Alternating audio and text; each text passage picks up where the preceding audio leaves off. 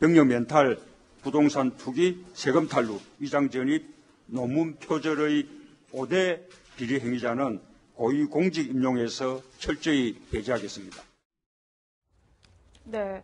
그러니까 이제 문재인 대통령이 후보 시절에 저 약속을 한 건데, 이제 본인 입장에서는 본인이 민정수석도 해봤기 때문에 인사 부분에 있어서는 좀 자신감을 가지고 저렇게 이야기를 했던 것 같은데, 오히려 지금 저게 발목을 잡는 그런 형국이 됐어요. 그렇죠. 아마 이제 대통령 입장에서 보면 이제 본인이 이런 문제에 대해서 그동안 인사청문회에서 사실 많이 지적이 됐지 않습니까? 네. 박근혜 정부, 이명박 정부에서 사실 이게 낙마한 원인에 많이 됐기 때문에 좀 더 이제 이 정부를 좀 선명하게 좀 도덕성과 청렴성을 강화하겠다. 이제 그런 차원에서 했는데 이제 까놓고 보니까 이쪽 진영도 상당히 이제 그런 분들이 많다는 것이거든요. 왜냐하면 이 위장전입 같은 경우는 이제 우리가 크게 두 가지입니다. 이 교육형 위장전입과 투기형 위장전입이 있는데 예전 같으면 이제 투기형 위장전입은 이건 낙마 수술을 밟았어요. 그렇지만 교육형 이 위장전입 같은 경우는 이제 어느 정도 좀 이제 인정을 해줬던 측면이 있었거든요.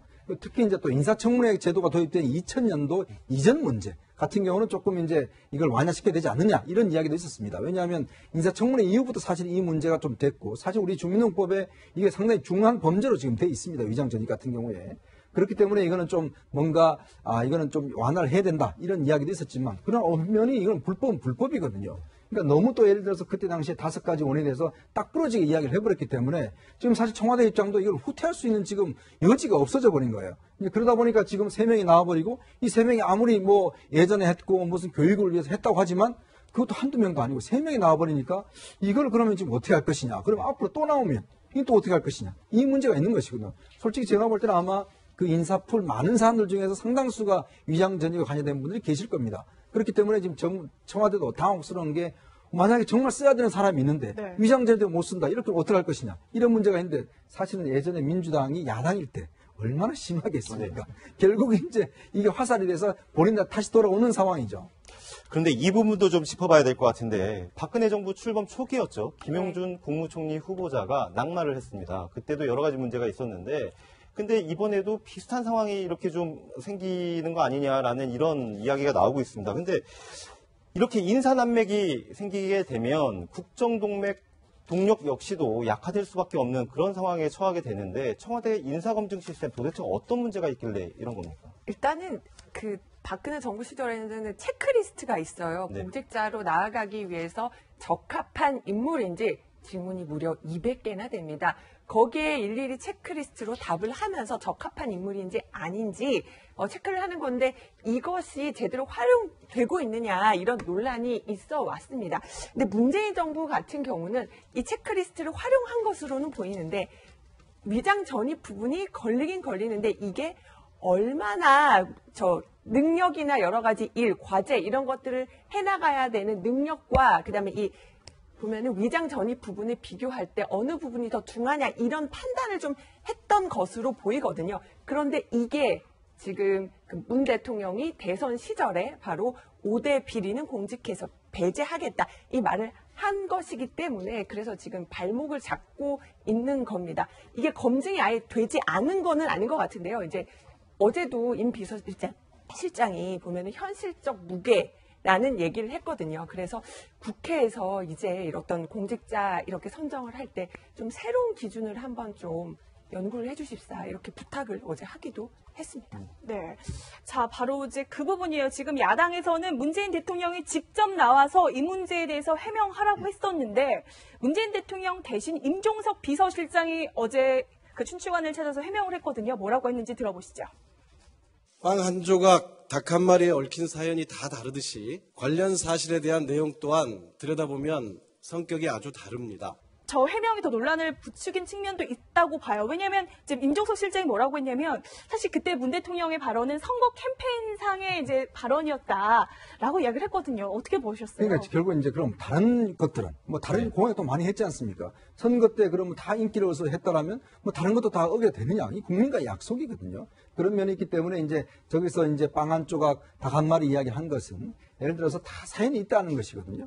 그런 유연성이 다 있습니다. 근데 문제는 이제 저렇게 임종석 실장이 이야기하는 것은 한편으로 뭐 타당한 측면도 있지만 그러나 또 과거의 잣대라는 게 하나이지 않습니까? 과거 민주당이 야당일 때 여당한테 어떤 잣대를 들이댔는지 이제 그걸 보면 이제 드러나는 것이거든요. 그때 정말 엄격한 잣대를 들이댔어요. 그리고 많은 후보들이 낙마를 했습니다. 그러다 보니까 결국 그러면 이제 여당이 되니까 이제 좀 우리는 좀 됐으니까 우리한테 잣대는 좀 상당히 좀 폭넓게 해달라. 이렇게 지금 이야기를 하고 있는 것이거든요. 그러니까 결국은 내가 하면 로맨스고 남이 하면 불륜이라는 이제 그런 이야기밖에 되지 않는 거잖아요.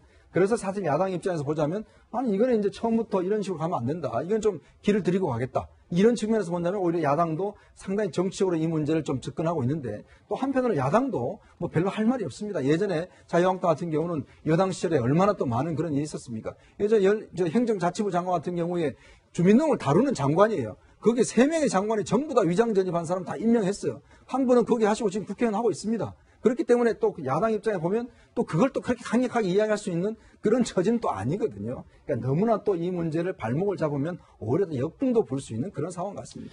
저는 이걸 계기로 해서 그러니까 문재인 대통령이 좀 결단을 내리고 정치권도 같이 결단을 내려야 된다고 생각합니다. 그러니까 현실적으로 인간인 한 수없이 실수하고 잘못합니다. 그리고 그렇게 수없이 실수하고 부족한 사람들끼리 모여서 정치를 하는 거예요. 타협을 해나가고. 그러니까 기준을 정해야 되는데 이미 천명한 기준이 너무 높아요.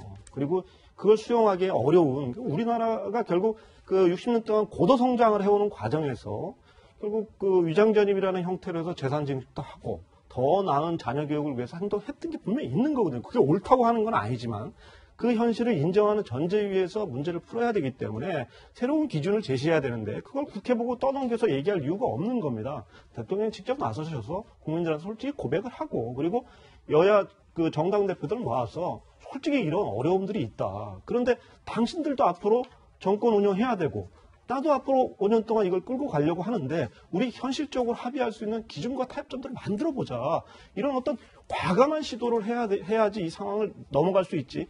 여기서 대충 미봉하면 또다시 저런 문제 계속 나오게 되고 그런 문제들 쌓이게 되면 대통령이 직접 나와서 브리핑하거나 이런 일들 아마 줄어들 겁니다. 네. 근데 국장님 MB 청와대에 계셨으니까 사실 이제 MB 정부 때도 위장 전입으로 이제 곤혹스러운 경우가 많았었는데 그때는 내부적으로 어땠어요? 이 정도면 좀 괜찮지 않을까 이렇게 생각을 했었는지 아니면 이 부분 그때도 위장 전입 문제는 내부에서는 좀 문제가 됐는지. 그러니까 주로 이제 인사 파트하고 이제 민정 파트에서 담당을 하고 저는 이제 정무와 홍보에 일이 있어서 항상 후순위로 대책을 어떻게 논의하는 문제에 계속 껴서 이제 공보대책회의도 하고 정무대책회의도 하고 했는데 매번 욕을 했죠. 인사 도대체 어떻게 하는 거냐. 민정에서 검증을 어떻게 했길래 이런 일들이 아침 보도가 나오냐. 이제 이렇게 저희들도 얘기를 하는데 인사를 추리고 그다음에 검증을 하는 측에서도 상당히 고충들이 많더라고요. 그러니까 후보자들이 솔직하게 자기 검증 동의서를 솔직하게 이제 쓰지 않는 사람도 있고 어떤 경우는 거짓을 얘기하거나 회피하는 경우도 있고 하여튼 그리고 실제 적임자가 나타났는데 그 사람은 검증 동의서를 한다면 나는 후보 안 하겠다는 사람도 생기고 이제 또 대통령의 마음에 드시는 분들은 사실은 또 거기에 응하지 않는 분도 계시고 여러 가지 복합적인 문제들이 있는 겁니다. 그러니까 이런 현실적인 문제를 사실 두 번씩 해가지고 정권을 운영해봤던 거 아니겠습니까?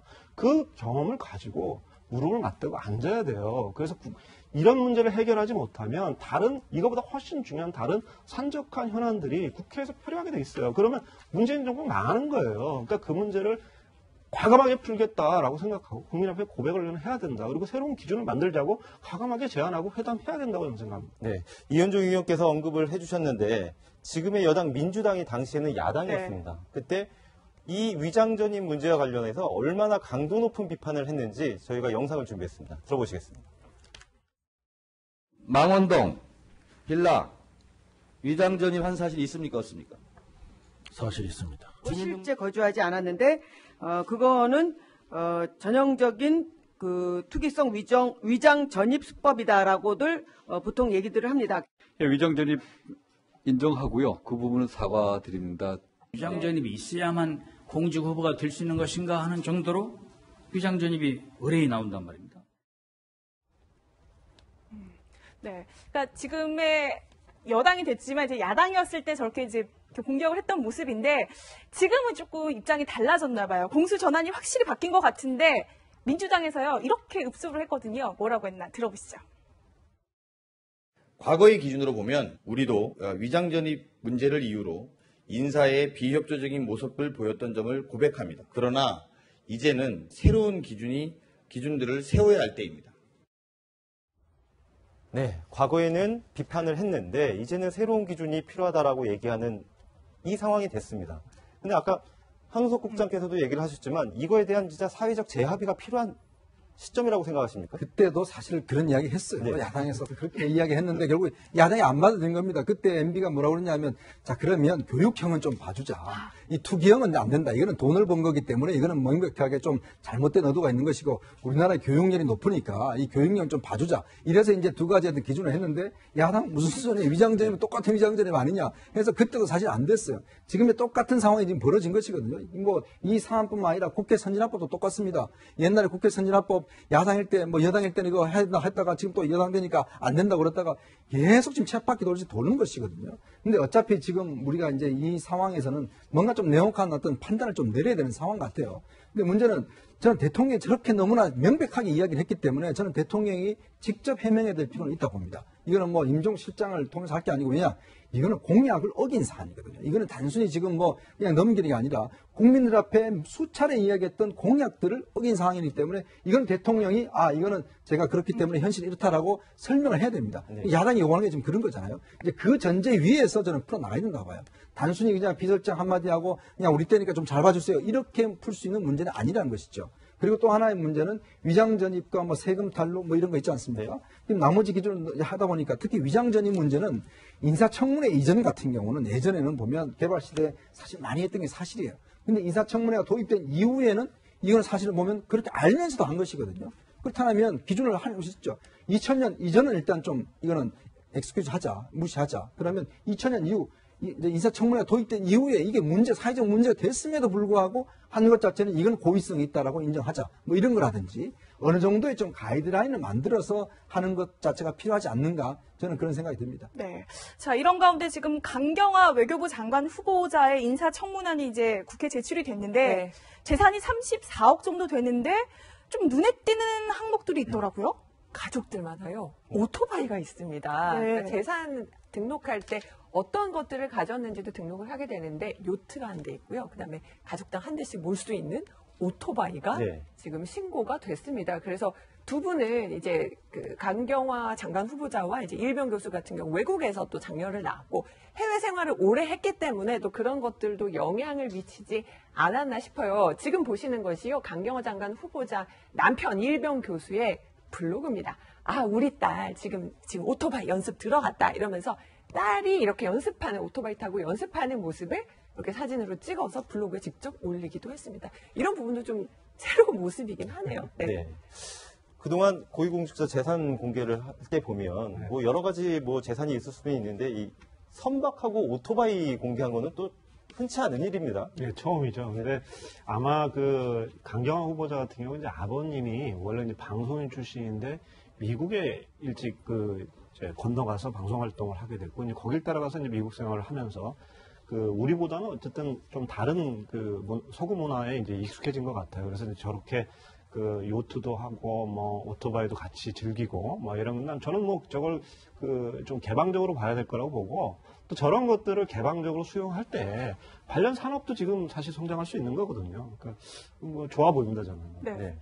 근데 이제 어제 실은 이제 박수현 대변인이 원래 이제 문재인 대통령이 뭐 국무위원들과 오찬을 했잖아요. 그걸 브리핑을 한 뒤에 갑자기 백브를 하는데 백브리핑이죠. 네, 저희가 이게 바로 일면이다. 기자들이 깜짝 놀란 게 그 경총에 대해서 문재인 대통령이 오히려 반성하라라고 이야기를 했거든요. 네. 이 부분은 어떻게 보셨어요? 일단 지금 경총 같은 경우는 아무래도 정부에서 추진하고 있는 일자리 대책, 그러면서 이제 비정규직을 정규화하는 것하고, 그다음에 이제 일자리를 좀 늘리라는 문제에 대해서 사실 경총이 이제 세미나를 통해서 경총 부회장이 그렇게 얘기를 했죠.